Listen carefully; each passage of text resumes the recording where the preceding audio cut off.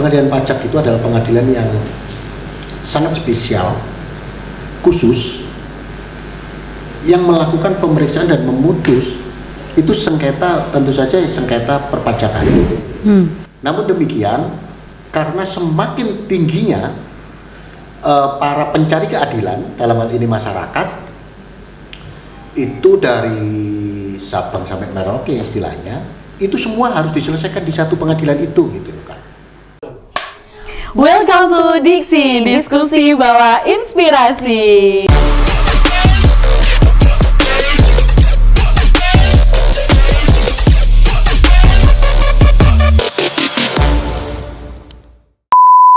Welcome to Diksi, diskusi bawa inspirasi. Hai Leptizen, balik lagi. Kita diskusi bareng, yang pastinya diskusi ini selalu bawa inspirasi buat Leptizen yang ada di rumah. Tentunya nggak kalah menarik dari narasumber yang sebelumnya ya, Leptizen. Kita juga menghadirkan banyak sekali narasumber yang bisa membikin inspirasi di kalian untuk inspirasi, untuk panutan dan lain sebagainya. Yang pasti narasumber kali ini juga nggak kalah luar biasa. Mari kita undang aja Leptizen. Narasumber kita kali ini ada Pak Agung. Monggo Pak Agung. Assalamualaikum Pak Agung. Waalaikumsalam warahmatullahi wabarakatuh. Gimana kabarnya Pak Agung? Baik, saya manggilnya apa nih? Ibu? Kak aja nggak apa-apa, sis juga nggak apa-apa. Gitu Pak Agung. Pak Agung ini boleh diperkenalkan dulu Pak Agung sama Leptizen. Kira-kira Pak Agung ini siapa? Ya, saya Agung Satrawibowo. Jadi kalau kita ngomong latar belakang, saya dulu mantan PNS. Saya PNS di Direktorat Jenderal Pajak. Saya selaku jabatan terakhir pemeriksa pajak. Sudah beberapa kali mutasi sampai ke Sulawesi pun juga udah. Terus garis hidupnya menentukan lain. Sehingga saya memutuskan untuk berkarir di sisi yang lain, seperti itu. Di sisi yang lain. Sisi yang lain artinya tetap terkait dengan perpajakan, tetapi sekarang posisinya dari satu sistem pemerintahan ke sistem swasta lah, begitu. Begitu. Ya. Apakah latar belakang itu nanti akan kita ulik, boleh nggak Pak? Boleh. Boleh. Nanti kita ulik bareng-bareng biar Leptizen tahu kenapa kok sudah jadi ibaratnya sudah menjadi idamannya, tetapi memilih untuk sisi lain. Nanti kita ulik bareng Pak, sisi-sisi lain itu ya, mungkin bersama Pak Agung, Leptizen ya. Mungkin Leptizen yang ada di rumah yang belum subscribe YouTube kita, silahkan di subscribe, di like, di komen, di share sebaik-baiknya biar tahu ya kan, biar tahu kalau kita ini lagi diskusi tapi juga bisa membawakan inspirasi buat Leptizen di rumah, seperti itu. Nah, Pak Agung ini kan dari ASN ke swasta, sekarang sudah berdiri sendiri. Nah, apalagi di bidang pajak, kira-kira apa sih yang digeluti di bidang pajak Pak Agung? Ya, sebetulnya begini, Kak Prilly nih. Iya, boleh Prilly. Jujur background dasar pendidikan saya masuk di PNS Kementerian Keuangan pada saat itu. Saya dari background akuntan. Dari background akuntansi. Saya S1 di Erlangga, terus S2, terus setelah saya keluar baru saya berpikir lagi bahwa ternyata hidup ini tidak cukup hanya untuk kita mengerti tentang akuntansi kan. Sebagaimana pekerjaan setelah di luar ASN atau di luar PNS itu, saya lebih banyak berkecimpung sebagai kuasa hukum. Tentu saja yang terkait dengan kemampuan saya, dengan latar belakang saya sebagai mantan pemeriksa pajak, tentu saja ya saya sebagai kuasa hukum tapi di pengadilan pajak gitu. Saya tidak punya dulu pandangan bahwa saya harus kuliah hukum. Pokoknya saya tahunya akuntansi. Saya tahunya menghitung, memperhitungkan kan begitu. Nah, akhirnya setelah saya mengambil di satu sisi yang lain itu, pikiran kita ini berubah, Kak. Jadi berubah itu bahwa ternyata kita kalau beracara di pengadilan pajak itu ternyata butuh juga nih ilmu hukum itu. Oh ya. Ya, maka saya mengambil S1. S1 hukum. Kemudian, oh ternyata ada nih profesi-profesi yang lain, gitu kan. Kita lakukan ujian advokat, alhamdulillah lulus. Terus ada lagi profesi kurator, alhamdulillah lulus. Jadi artinya ternyata setelah saya di luar sistem mengikuti sistem PNS pemerintahan itu, ternyata lebih asik nih variasi hidupnya gitu. Artinya saya bisa bercabang nih. Iya, iya. Saya punya SIM-nya lebih gitu. Iya, ilmunya juga lebih. Betul. Dan yang ini lagi, saya tidak perlu lagi nih lapor LHKPN kan begitu. Saya tidak perlu lagi lapor kekayaan sebagai penyelenggara negara ke KPK. Gitu. Karena sudah berdiri sendiri, sudah bebas ya. Jadi kalau di pemerintahan itu siapa yang punya kewajiban melaporkan harta kekayaan adalah penyelenggara negara PN gitu. Oh iya. Lah saya sekarang kan cuma masyarakat biasa. Begitu. Seperti itu kan. Gitu. Oke. Jadi berusaha untuk mempelajari ilmu yang baru Ya. di luar dari backgroundnya Pak Agung sendiri. Itu berarti setelah itu masih sekolah hukum, terus belajar tentang hukum itu masih sebagai PNS atau setelah dari Udah di ujung sebagai PNS. ujung-ujung udah mau keluar Udah di itu ujung. mulai belajar, mulai Jadi kalau kita memang ini jadi agak cerita agak mundur. Boleh, nggak apa-apa, Pak. Kalau kita ngomong peluang pekerjaan bagi adik-adik nanti, Iya. gitu kan, di Kementerian Keuangan pada saat saya melamar selaku PNS di Kementerian Keuangan itu hanya 2 jurusan yang space-nya paling gede gitu. Satu adalah akuntansi dan hukum. Itu yang space paling gede. Jadi ya mungkin dengan informasi ini fakultas hukum menjadi lebih favorit gitu loh untuk dipilih oleh adik-adik yang baru lulus SMA untuk bisa kuliah di situ, karena ya ini kan saya sudah ngalamin sendiri nih. Lapangan pekerjaannya seperti apa, Iya. eksekusinya seperti apa. Iya. Jadi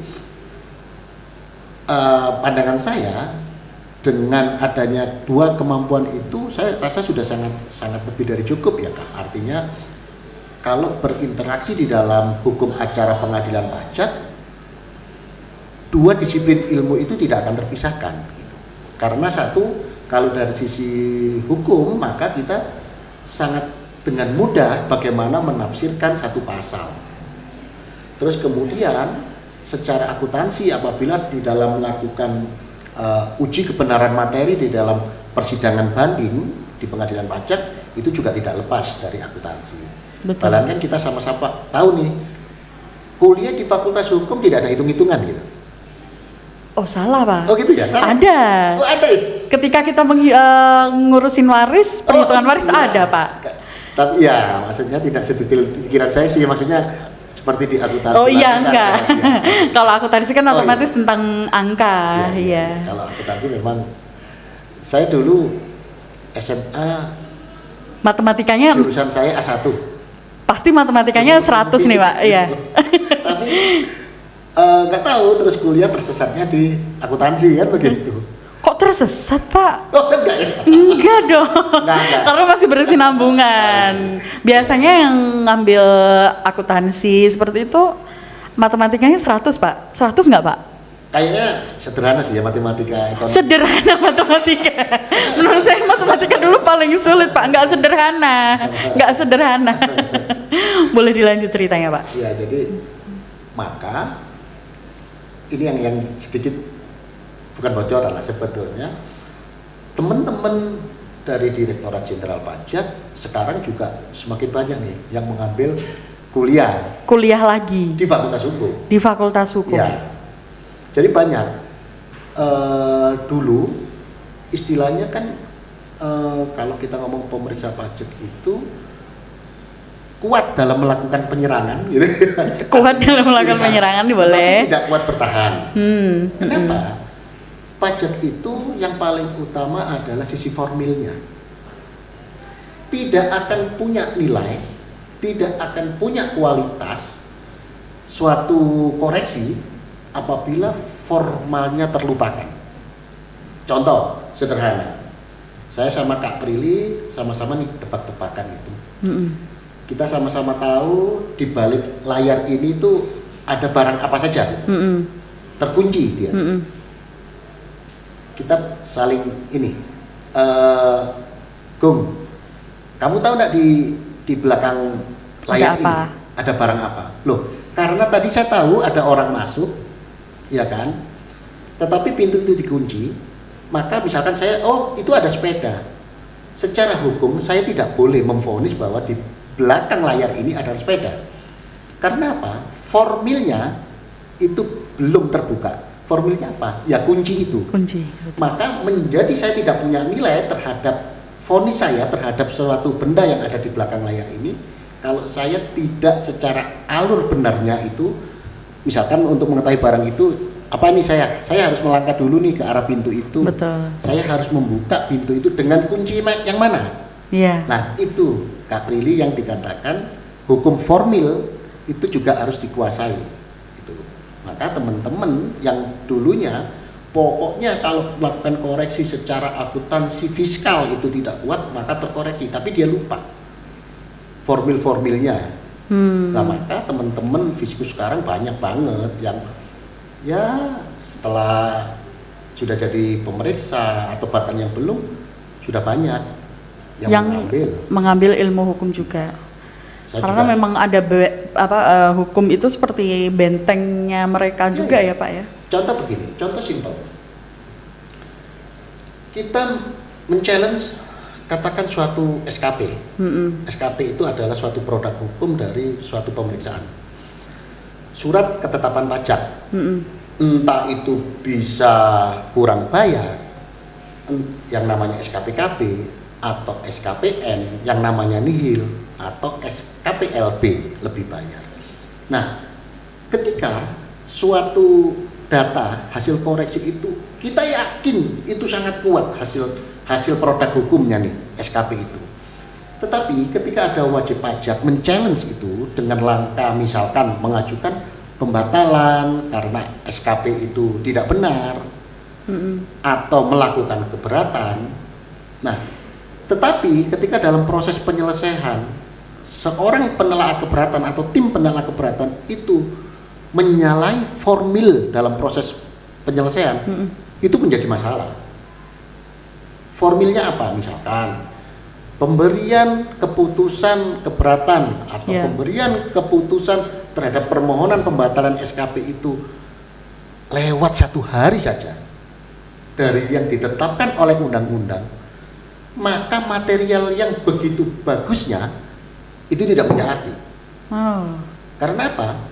Ketika di dalam undang-undang KUP menyatakan apabila Direktur Jenderal Pajak tidak memberikan dalam jangka waktu yang sudah ditentukan undang-undang itu, maka demi hukum permohonan itu dikabulkan. Itu sisi formal. Itu yang ya saya sebagai praktisi yang sudah beberapa kali itu mengalami itu gitu. Tapi kan sebetulnya itu akan menjadi masalah intern di Direktorat Jenderal Pajak apabila ada kesalahan sisi formil dalam penyelesaian proses-proses itu. Oke. Jadi ya rezeki gitu bagi wajib pajak, iya. Masalah bagi Direktorat Jenderal Pajak. Tetapi teman-teman di Direktorat Jenderal Pajak sudah berangsur-angsur memperbaiki kondisi-kondisi kesalahan-kesalahan formil itu. Gitu. Karena begitu formilnya kalah, materialnya tidak punya arti. Tidak ada apa-apanya ya Pak ya jadinya. Oke. Ngomongin tentang sengketa pajak yang seperti itu tadi Pak, mengenai formilnya yang tidak bisa dipenuhi atau yang lain sebagainya. Otomatis kan Pak Agung tadi juga sudah menyebutkan bahwasanya sekarang kantornya keliling peradilan pajak atau di pengadilan pajak. Nah, ngomongin tentang peradilan pajak itu seperti apa Pak Agung? Ya. Jadi kalau kita ngomong apa itu peradilan pajak, sebetulnya adalah peradilan yang berada di bawah Kamar TUN, Kamar Tata Usaha Negara. Dia masuk ke dalam unsur itu. Boleh. Hukum acaranya sesuai dengan Undang-Undang 14 tahun 2002 tentang pengadilan pajak. Iya. 20 tahun lebih undang-undang ini belum berubah. Belum berubah. Ya. Kalau kita ngomong undang-undang pajak itu adanya di mana? Berdasarkan undang-undang bahwa pengadilan pajak hanya berada di ibu kota negara. Maka saat ini ada hanya di Jakarta. Namun demikian, karena semakin tingginya para pencari keadilan, dalam hal ini masyarakat, itu dari Sabang sampai Merauke istilahnya, itu semua harus diselesaikan di satu pengadilan itu, gitu loh Kak.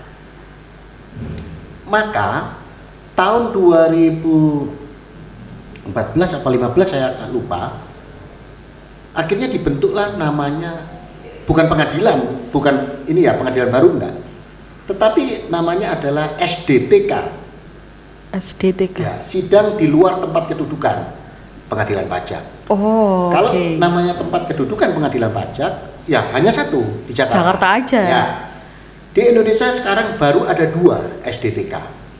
Di mana saja? Satu adalah SDTK Yogyakarta. Terus yang kedua adalah SDTK Surabaya. Oke. Hanya ada di Jawa. Itu terkait apa sih? Gitu kan. Kompetensi absolutnya di mana? Oh enggak, itu hanya kompetensi relatif gitu. Kalau kita ngomong kompetensi sebetulnya tidak juga jadinya, karena itu juga berdasarkan keputusan Ketua Pengadilan Pajak apakah berkas yang diajukan upaya hukum itu mau diperiksa di mana. Kan begitu. Nah, akhirnya keputusan Ketua Pengadilan Pajak menyatakan terkait suatu besiking atau keputusan yang diajukan upaya hukum itu dikeluarkan oleh pejabat siapa. Nah, kalau SDTK Yogyakarta itu batasannya adalah pejabat yang mengeluarkan yang dilakukan upaya hukum wilayahnya, misalkan Kanwil Jawa Tengah. Jawa Tengah, betul. Jawa Tengah 1, Jawa Tengah 2. Solo, Semarang. Hanya di sekitar Jawa Tengah itu akan disidangkan di Yogyakarta. Betul. Kalau Surabaya di mana? Adalah seluruh pejabat yang menerbitkan di Jawa Timur, Bali, sampai Nusa Tenggara. Oh, itu lebih luasan Jawa Timur berarti. Oh, wilayahnya juga terbagi. Itu semua, baik Aceh sampai Papua, sidangnya di mana? Di Jakarta. Betul. Nah, sebetulnya sifat peradilan itu kan harus sederhana, berbiaya murah. Ringan, iya. Kenyataannya tidak. Oh, tidak. Ya. Kenapa? Expenses itu yang contoh pembuktian, alat bukti, materialnya kan harus dimateraikan nih, apalagi naik nih 10.000 gitu. Badan berkas sendiri tahu, bisa loh berkas itu per koper-koper. Terus kemudian tentu saja adalah biaya transportasi. Iya. Kalau wajib pajaknya katakan di Papua, dia juga harus terbang ke Jakarta. Dari Papua ke Jakarta. Betul. Kalau banding sidang bisa 7, 8, 9, 10 kali per 3 mingguan. Rata-rata umumnya begitu. Oke. Jadi tidak seperti di peradilan umum kalau betul. Sidang bisa seminggu sekali. Kalau di pajak pada umumnya rata-rata per 3 mingguan. Per 3 mingguan. Nah, itu yang sekarang Ketua Pengadilan Pajak mencoba melakukan inovasi agar kembali lagi kepada prinsip peradilan itu diharapkan berbiaya murah. Berbiaya murah, betul. Nah, itu mulai diluncurkan kurang dari sebulan ini namanya e-tax court. Jadi siapapun pihak yang mau melakukan upaya hukum di pengadilan pajak itu cukup mengupload. Tetapi persidangannya seperti apa ini belum dijalankan karena baru ya. Nah, sementara ini Kak Prilly, sidang ini hybrid. Secara online. Ya, bisa online, bisa offline. Oke. Tapi kita pahami bahwa masyarakat pencari keadilan itu kadang-kadang sukanya offline. Iya. Ada sisi tidak puas. Tidak puas, betul sekali. Takut kalah. Betul. Takut tidak tersampaikan apa yang dimauin. Itu. Tapi kalau saya secara pribadi sebetulnya itu tidak menjadi masalah. Tidak menjadi masalah. Tinggal bagaimana kita ini mengemas. Bagaimana kita mengupload dokumen itu di dalam Dropbox yang sudah ditentukan oleh panitera. Sebetulnya tidak ada masalah, tapi itu tadi masyarakat kita ini kalau tidak face to face nggak enak, nggak marem. Iya, nggak marem. Betul. Seperti itu Kak. Jadi, betul. Gambarannya sih kayak begitulah. Oke. Terus sekarang kalau ngomongin tentang sengketa pajak juga nih Pak Agung, apa aja sih Pak sengketanya itu? Kalau biasanya di peradilan umum kan ya pencurian atau penggelapan atau apapun. Nah kalau di pajak seperti apa Pak? Jadi pengadilan pajak itu adalah pengadilan yang sangat spesial, khusus, yang melakukan pemeriksaan dan memutus itu sengketa, tentu saja sengketa perpajakan. Perpajakan itu macam-macam. Jadi dari Direktorat Jenderal Pajak nih produknya, pajak penghasilan, PPN, PBB kehutanan, itu sengketanya tetap di pengadilan pajak. Pengadilan pajak. Atau sengketa dengan bea cukai, mengenai cukai, mengenai tarif, nilai impor, itu betul. Juga di pengadilan pajak. Atau sengketa dengan pemerintah daerah. Apa itu? Retribusi, penetapan PBB perkotaan dan pedesaan, betul. BPHTB, pokoknya yang bersinggungan dengan pemerintah daerah dalam konteks tanda kutip perpajakan, wilayah kewenangan untuk dilakukan pemeriksaan tetap di pengadilan pajak.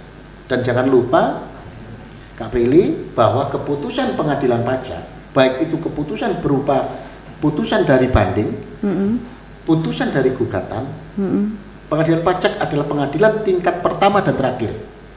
Jadi tidak di peradilan umum yang kita harus lakukan banding, kasasi. Di itu begitu ada putusan pengadilan pajak, sifatnya adalah langsung ingkrah. Jadi langsung satu tereksekusi. Ya. Terus upaya hukumnya apa nih kalau sudah ingkrah begitu? Maka itu lompat langsung melakukan peninjauan kembali terhadap putusan pengadilan pajak. Seperti itu. Ya, nanti untuk lebih jelasnya seperti apa nanti kita ini lagi. Diskusi lagi lebih mendalam. Tentang sengketa pajak yang sudah disebutkan tadi Pak Agung, para pihaknya ini siapa aja? Jadi banyaknya ini siapa sih sebenarnya? Jadi begini, kalau kita ngomong pihak yang melakukan gugatan, yang mengajukan banding, itu tentu saja adalah dari masyarakat wajib pajak. Masyarakat wajib pajak. Nah, itu hukum acaranya sebetulnya ada di Undang-Undang tentang Ketentuan Umum dan Tata Cara Perpajakan. 95% ada di situ. Beda dengan adanya satu perda tentang yang mengatur pajak daerah. Maka itu hukum acaranya juga ada dari perda-perda itu. Kemudian PBB, Undang-Undang PBB.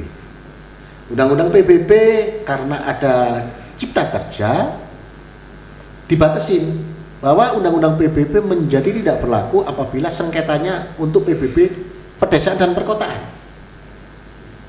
SPPT PBB Iya. yang perkotaan pedesaan itu siapa yang menerbitkan? Pemkot loh. Pemkot atau Pemkap berarti? Ya. Oke. Tetapi kalau SPPT kehutanan, Iya. siapa yang melakukan penerbitan? Direktorat Jenderal Pajak. Bukan dari Pemda. Iya. Bukan. Oh. Coba cek. Jadi kalau pengelolaan pengusaha-pengusaha sawit Iya. itu SPPT PBB-nya yang menetapkan adalah Direktorat Jenderal Pajak. Meskipun kita tetap harus mengisi SPOP, surat pemberitahuan objek pajak. Oh. Ya kan? Kadang-kadang masyarakat, oh sudah nih PBB udah karena peralihan. Iya. Gitu kan? Iya. Enggak. Maka itu dibagi gitu. Maka ketika SPPT PBB kehutanan, undang-undang PBB masih berlaku. Seperti itu. Itu yang membedakan. Kalau kamu mau membatalkan isi material perhitungan pajak, itu undang-undang sudah memberikan jalan di pasal 25. Sementara kuasa hukum pengadilan pajak itu jadi seolah-olah dianggap tidak demi merah putih.